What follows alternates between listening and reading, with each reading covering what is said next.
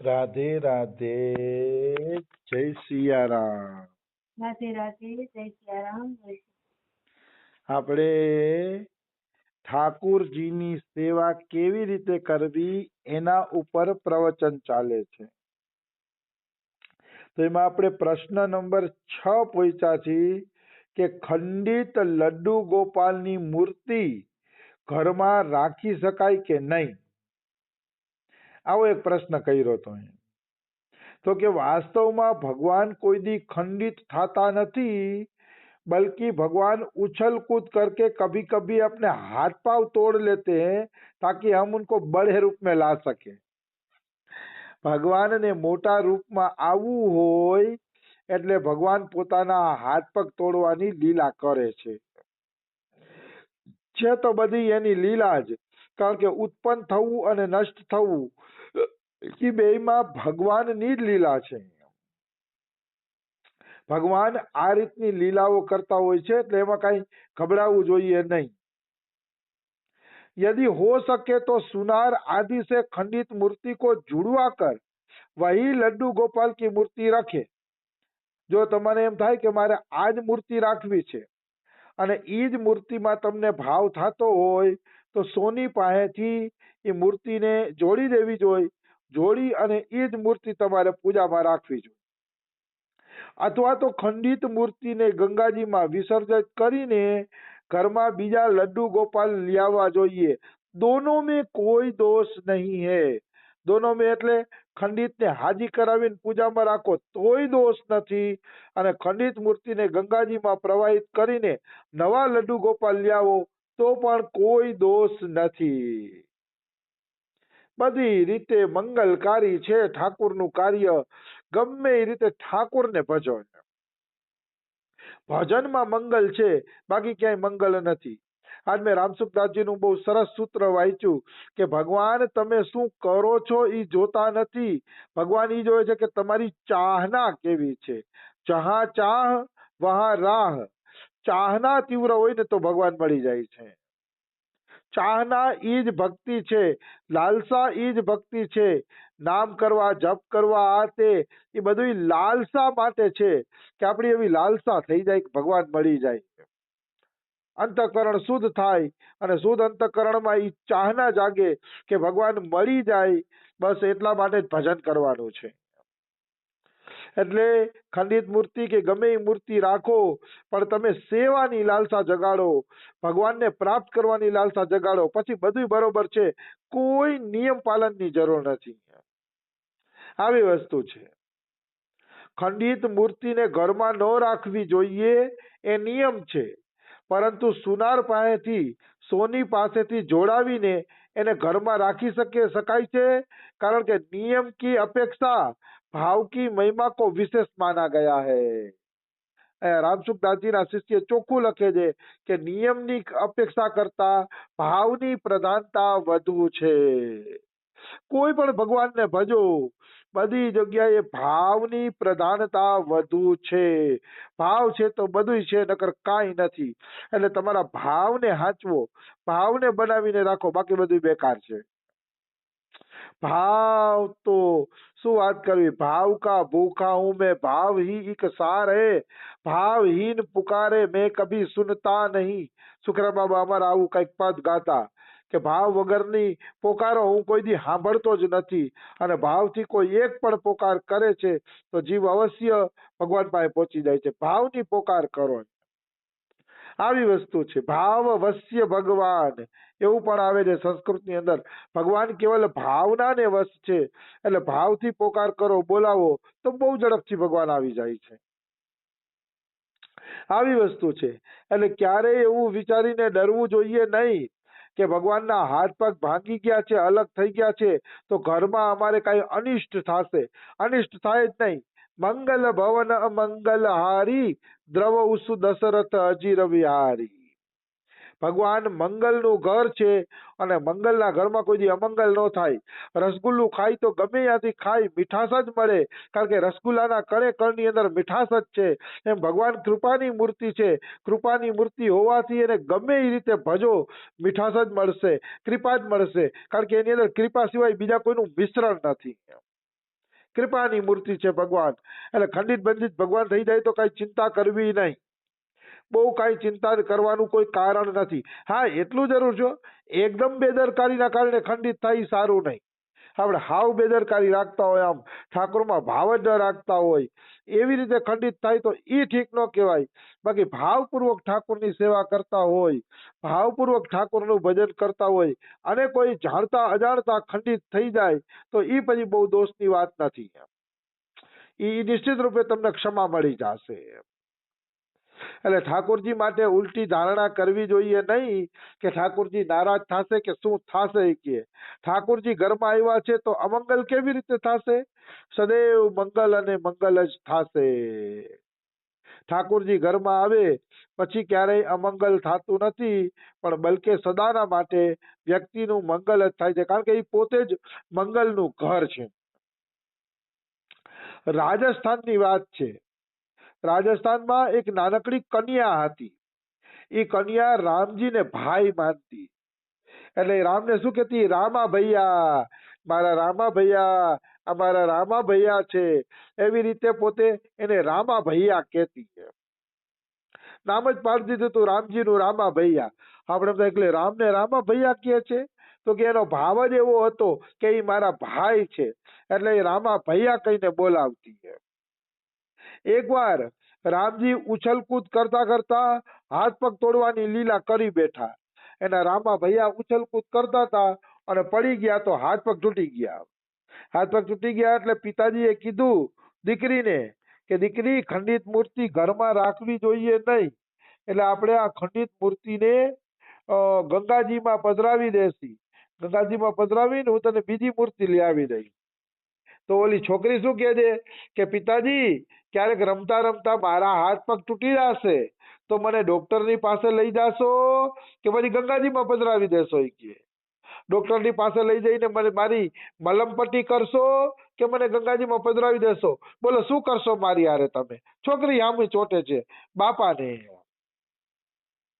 તો પિતાજી પાસે કોઈ જવાબ હતો નહીં.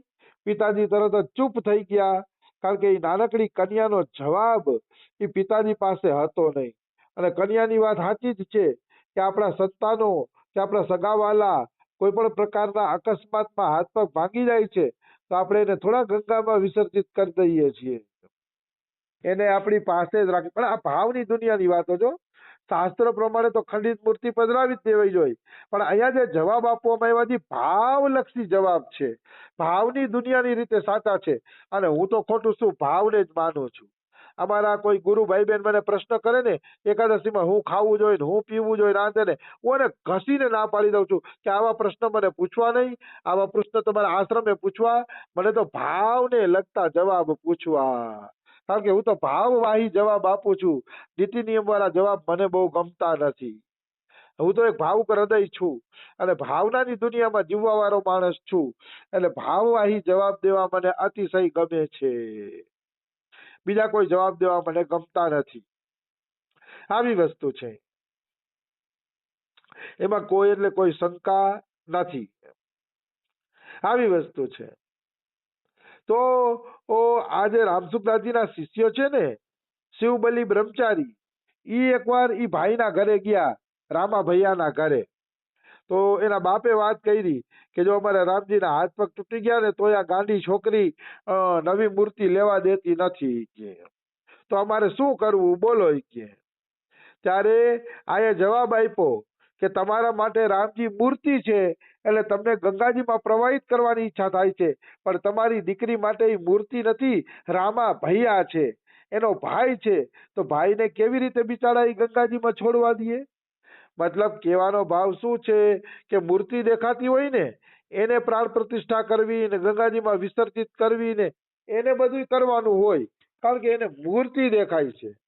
પણ જેને મૂર્તિમાં સાક્ષાત ભગવાન દેખાય છે એના માટે આ વિસર્જન કરવાની વાત છે ને આકરી છે. એને આકરી લાગશે અને એને વિસર્જન કરવું ગમશે પણ નહીં, કારણ કે એના માટે તો સાક્ષાત ભગવાન છે અને સાક્ષાત ભગવાનને ભલા કેવી રીતે વિસર્જિત કરી શકાય? સાક્ષાત ભગવાનને વિસર્જિત કરી શકાતા નથી. આવી વસ્તુ છે. એટલે શિવબલી બ્રહ્મચારીએ કીધું કે તમારા દીકરી ઠીક છે, તમારા દીકરી માટે રામજી રામા ભૈયા છે, તો રામા ભૈયા જ રહેવા દ્યો કે એને ગંગાજીમાં વિસર્જિત ન કરો અને સોની પાસે જઈને હાથ પગને જોડાવી દ્યો. એટલે જેનો ભાવની દુનિયામાં પ્રવેશ છે ને એની કદર કરવી જોઈએ, કારણ કે અંતે ભગવાન ભાવથી જ રીઝે છે. ભાવગ્રાહી જનાર્દન, ભગવાન કેવળ ભાવ જ જુએ છે, ભાવ સિવાય કાંઈ જોતા નથી. એટલે જ ભાવવાળા ભક્તનું હૃદય ન તૂટે એવો જ જવાબ દેવો. હું તો બધાને એવો જ જવાબ દઉં કે ભાવવાળા ભક્તનું હૃદય ન તૂટે અને એની ભાવનાને પોષણ મળે, કારણ કે જરા કઈ ભાવવાળા ભક્તને દુઃખ લાગ્યું ને તો ભગવાન ઓલાને તોડી નાખશે. હું નથી કહેતો, કર્માબાઈની વાત કરું છું. કર્માબાઈ દાંતણથી ખીચડી હલાવતા તો એ ખીચડી ઠાકોરજીને ભાવતી, અને ઓલા વેદિયા પંડિતે એને હરખી રીતે ખીચડી બનાવવાનું કીધું, ઠાકોરજીને નો ગમ્યું, બિલકુલ નો ગમ્યું. એટલે જ ભાઈ ધ્યાન રાખવું, કારણ કે ભાવવાળા ભક્તનો પહેલો નંબર છે. નીતિ નિયમ વાળા વિધિ ભક્તિ વાળા તો ક્યાંય પાછળ, ભાવ ભક્તિ સૌથી આગળ છે. એટલે જે ભાવનાની દુનિયામાં જીવતો હોય ને એનાથી ડરવું, એનાથી બીને હાલવું, ક્યારેય એને કોઈ અવળો સવળો જવાબ આપવો નહીં, કારણ કે ભાવવાળા ભક્તો ભગવાનને અતિશય પ્રિય છે, એ ભગવાનના લાડકા દીકરા છે. એટલે જે ભાવ ઉપર હાલતા હોય ને એની યારે સાવધાનીથી વ્યવહાર કરવો, અને એનું દિલ ન તૂટે, એના ભગવાનની સેવામાં કોઈ ખામી ખાંચકો ન આવે, એનું આપણે પૂરેપૂરું ધ્યાન રાખવું જોઈએ. આવી વસ્તુ છે. મેં તો કેટલાય ભક્તો ચરિત્ર વાંચ્યા, અનેક ભક્ત ચરિત્ર વાંચ્યા, એમાં જ્યાં વિધિ વિધાન વાળાએ ભાવવાળા ભક્તને કાંઈ પણ દુઃખ પહોંચાડ્યું છે તો વિધિ વિધાન વાળા ભક્તને ભગવાન વૈઢા છે, પણ ભાવવાળા ભક્તને વૈઢા નથી. અરે સદન કસાઈ તો માંસ જોગતો એમ, ભગવાન શાલિગ્રામથી માંસ જોગતો સદન કસાઈ, તોય ભગવાને સદન કસાઈના પ્રેમની કદર કરી. જ્યારે ઓલો વેદિયો બ્રાહ્મણ લઈ ગયો શાલિગ્રામ ભગવાનને અને 16 ઉપચારથી પૂજા કરી ને, તોય ભગવાન એમ કહે છે કે મને તું સદન કસાઈ પાસે પહોંચાડી આવ, મારે તો સદન કસાઈ પાસે જવું છે. ત્યારે આ બોલે છે, પણ સદન કસાઈમાં એવું શું છે કે તમને મારી 16 ઉપચારની પૂજા નથી ગમતી? તો કે તું ભાઈ 16 ઉપચારની પૂજા તો કર શીખીએ, પણ તું છે ને માગ બહુ કર શીખીએ, તું અમારી પાસે માગ બહુ કર શીખીએ, એટલે તારી પાસે ગમતું નથી.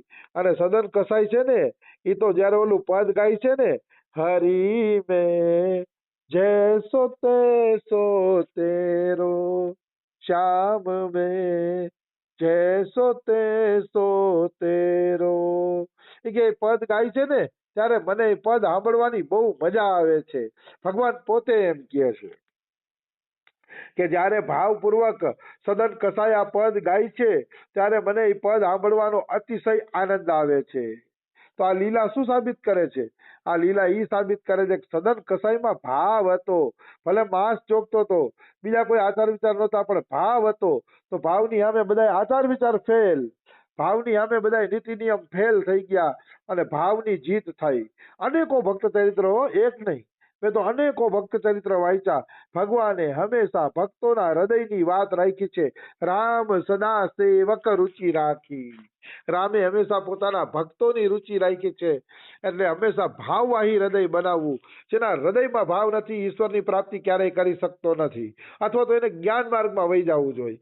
કદાચ જ્ઞાન માર્ગમાં એને સફળતા મળે તો અલગ વાત છે, બાકી ભાવુક હૃદયને તો ભક્તિ માર્ગ દ્વારા જ સફળતા મળશે. કારણ કે ભક્તિ માર્ગમાં ભાવુક હૃદય જોઈ કે ભગવાન મારા છે ને હું ભગવાનનો છું, બસ એના સિવાય હું કાંઈ જાણતો નથી, હું ભગવાનનો, ભગવાન મારા. આ જ ભાવમય જીવન, અને જેનું આવું જીવન છે ને વાસ્તવમાં એ જ ભગવાનની પ્રાપ્તિ કરી શકે છે. ભક્તિ માર્ગ તો ભાવવાળા માટે જ છે. અને લગભગ મેં કેટલાય ભક્ત ચરિત્ર વાંચ્યા, એમાં ઓછામાં ઓછા 99% ભક્તો એવા છે કે જેને ભાવથી જ ભગવાનને પ્રાપ્ત કર્યા છે, જ્ઞાનનો આશ્રય લીધો નથી. 99% ભક્ત, બોલો એક નહીં, 99% ભક્તની હું ગેરંટી લઉં. મેં તો ઘણા ચરિત્રો વાંચ્યા, પણ બધાએ ભાવ દ્વારા જ ભગવાનની પ્રાપ્તિ કરી છે. એટલે મનુષ્યના હૃદયમાંથી ક્યારેય ભાવ ઓછો થવો જોઈએ નહીં, ભાવથી જ ભગવાન મળે છે. તો સમય થઈ ગયો છે, બીજું આપણે કાલે લઈ લેશી. રાધે રાધે, જય શ્રી રામ. રાધે રાધે.